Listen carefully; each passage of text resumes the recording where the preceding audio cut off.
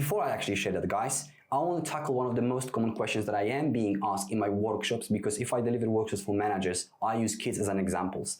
And sometimes parents are asking me, but Raf, what can I do with my kids if I don't have the experience with a coaching and developing? What can I do if I don't have experience in the same sport or hobby that my kid is practicing, be it football, jiu-jitsu, playing piano, or dance classes? How can I support my kids? Well, you can, absolutely, and there is ways of doing. And my first advice to you today is, you don't need to be expert in your kids' sport hobby to support them, but what you cannot do is you cannot act like you are an expert.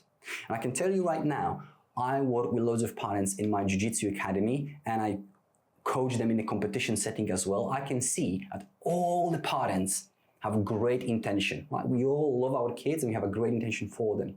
But how we come across is a completely different matter. And one of the mistakes that parents are doing is they act like they are an expert in the sport and start giving ill advice and not really connecting with the kid because they don't understand it. And now the parent also feels the pressure, because I'm supposed to be the authority and role model to my kid, but I don't know much about the sport. So I need to make things up as I go along. And that's when things start falling apart.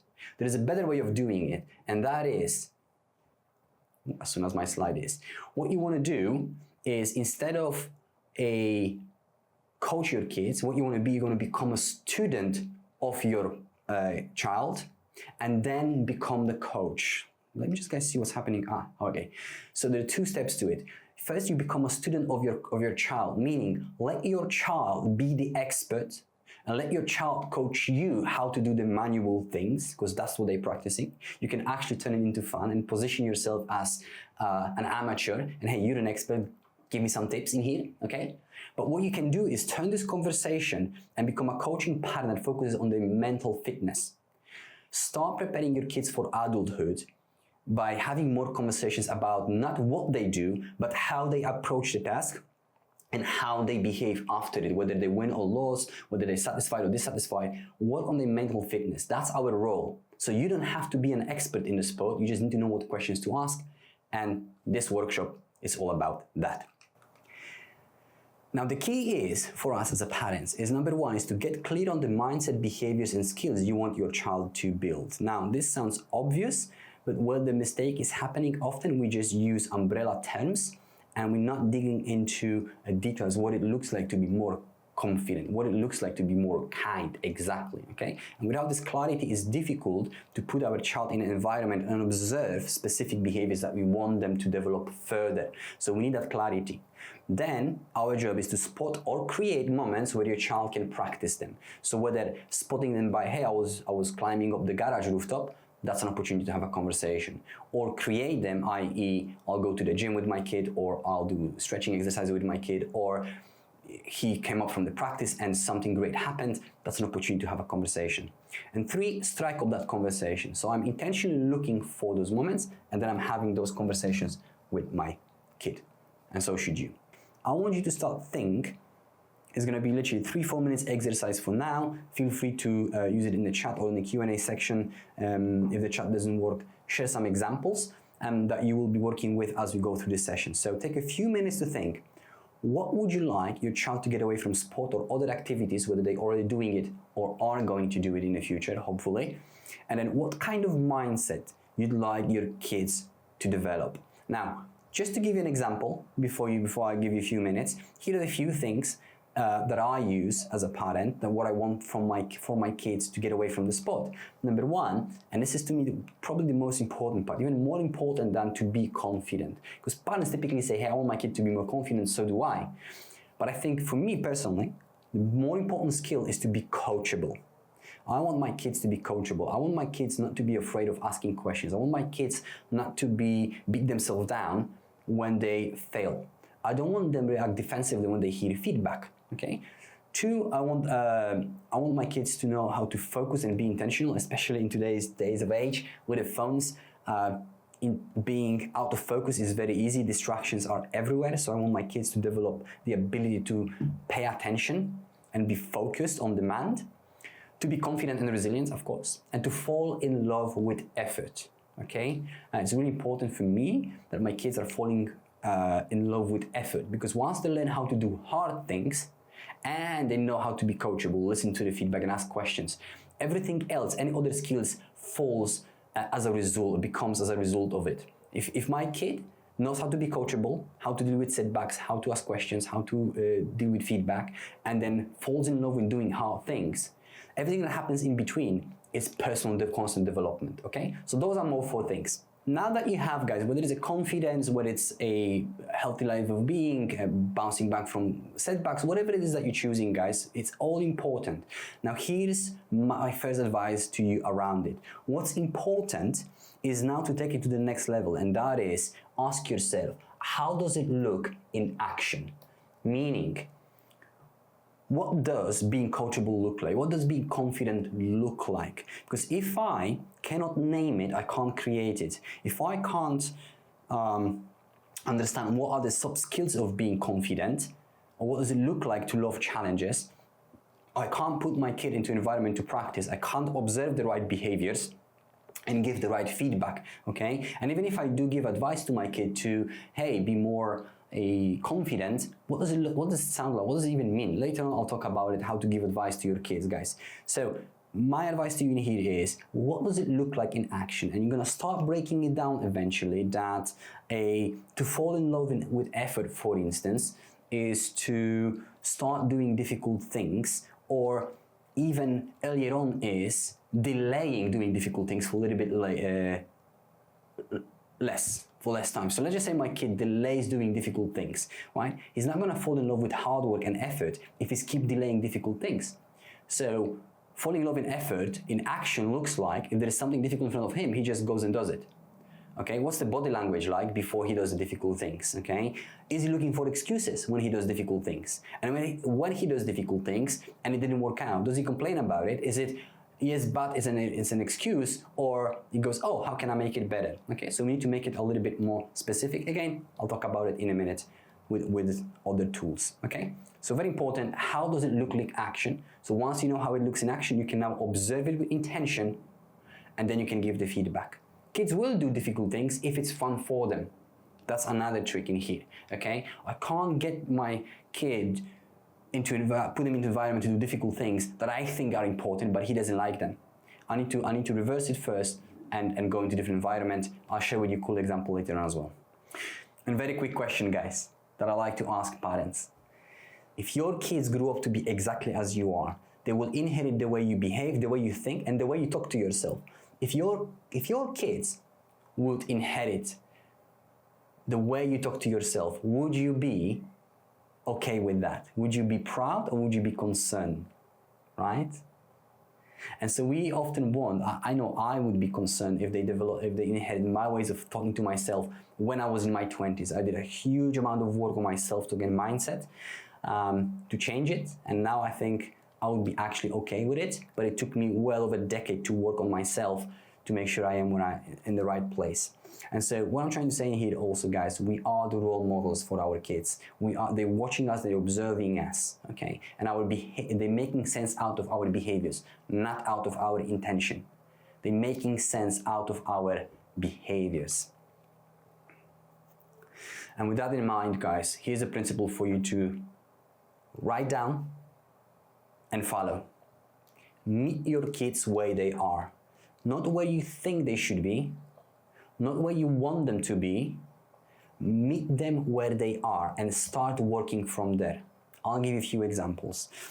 The day I decided to sign up Xavier for Jiu-Jitsu, and my wife was okay with it, initially she was against me just pushing a little bit hard on his confidence, was when we asked him to do a squat at the age of 12. He couldn't do a squat, so his squat, physical squat, looked like this. He couldn't have a posture and sit and up and do 10 squats, never mind one proper one, okay? So I have to meet him where he is, not belittle him, not telling him for sure, when I was your age, I was doing backflips. That's not helpful, is it? I have to meet my kids where he is, accept this is his level, now we need to work from there. I'll give you one more example.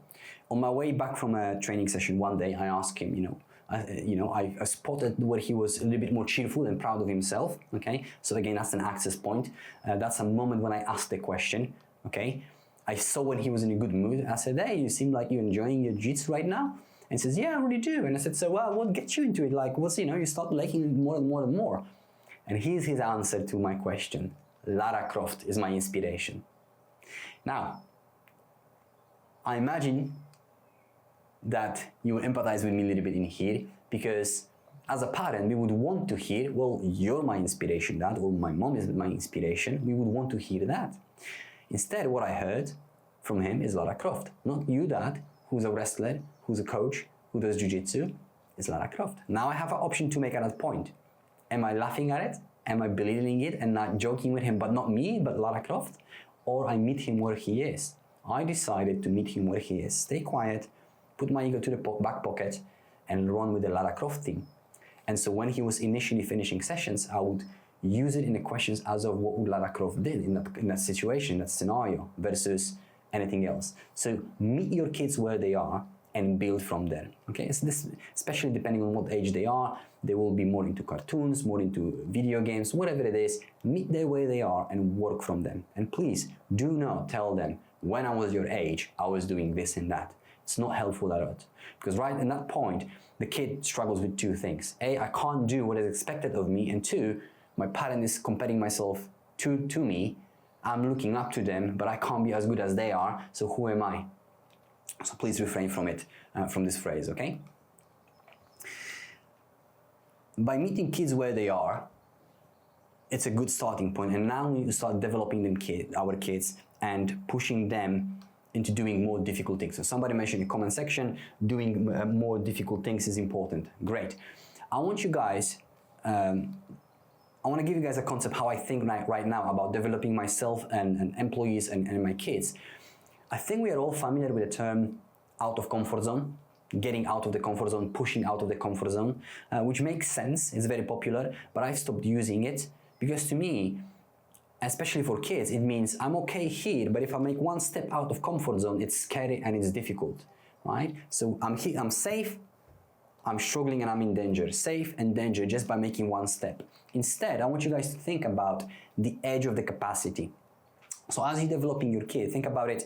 I'm meeting my kid where it is. He can't do 10 squats. He can't do one proper one. That is my starting point.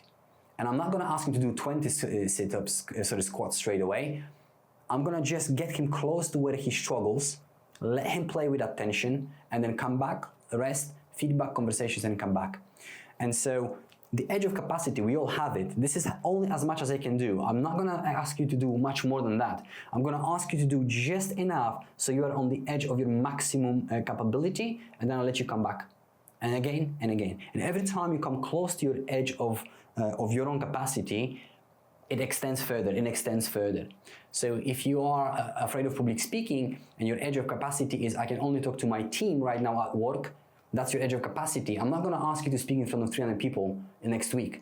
That's out of comfort zone too much. I'm going to ask you to speak to 10 people. I'm going to ask you to speak to another team of 3 that is small, not to another team of 30.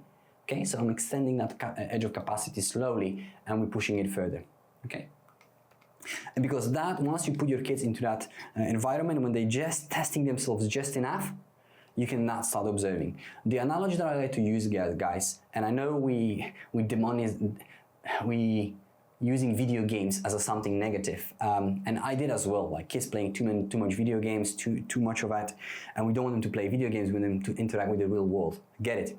Here's the thing, I met my kid where he is. Instead of fighting against video games, I used it to my advantage.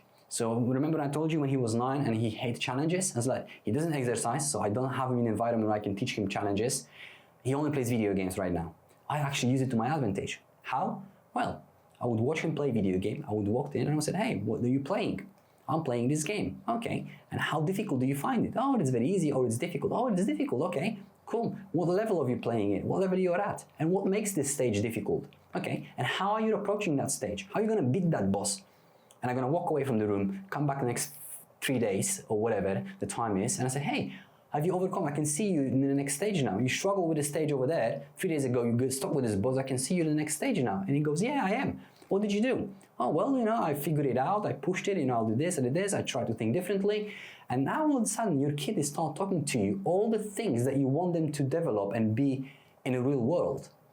So if your kid doesn't do any physical exercises, You don't have to start there. If they're playing video games, start there. Observe your child playing a video game and ask them questions around it. What makes this level difficult? Remember when I said become a student? I don't know how to play certain games. We're still laughing with my kid that I can't play Fortnite. They have to carry me properly. I'm using it as a development tool if I need to, because it allows me to ask certain questions, okay? I get it, you're busy, we are all busy parents, and I see parents bringing kids to their jiu-jitsu classes and spending a whole hour every single time sitting. Some of them bring a laptop and do the work. I'm not criticizing that.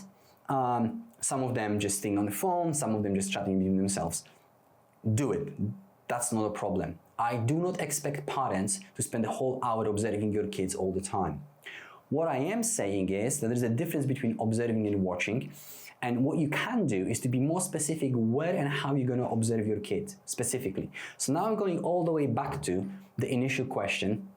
What would you like your kid to develop? And if you want your kid to be more, let's just say you want your kid to be more socially active, and you want your kid to engage with people because maybe it's a little bit timid, maybe doesn't talk too much to strangers, and kind of like it's socially awkward, and you want your kids to be more socially kind of engaging. Okay, if I want my kids, number one goal for the next 3 months or 2 months is my kids to be more socially engaging, I'm not gonna observe my kid for 20 minutes in the middle of the session when they drill or when they fight. This is not what I'm gonna watch. I'm gonna watch how my kid interacts 5 minutes before the session, right? So I'm gonna be very specific in the little bit where I pay attention to, because if I want my kids to be more social, he needs to be in an environment when he practices those skills. Do you guys have any other questions? Or maybe there's a question for Xavier as well from his perspective on how to convince the kid. What would convince you to go and try different sports? Maybe no, maybe a part of that question would be, why did you sign up for the competition? Because you've mentioned you signed up on your own, I didn't force you. And I remember you were actually initially really worried and kind of like freaking out when we mentioned who's competing where. What convinced you to compete? I think it's because my skill was like naturally growing, and I felt like before I thought I was a bit too inexperienced to do competition, but then I realized maybe now's the best time to do so. Right. And see how well I can do.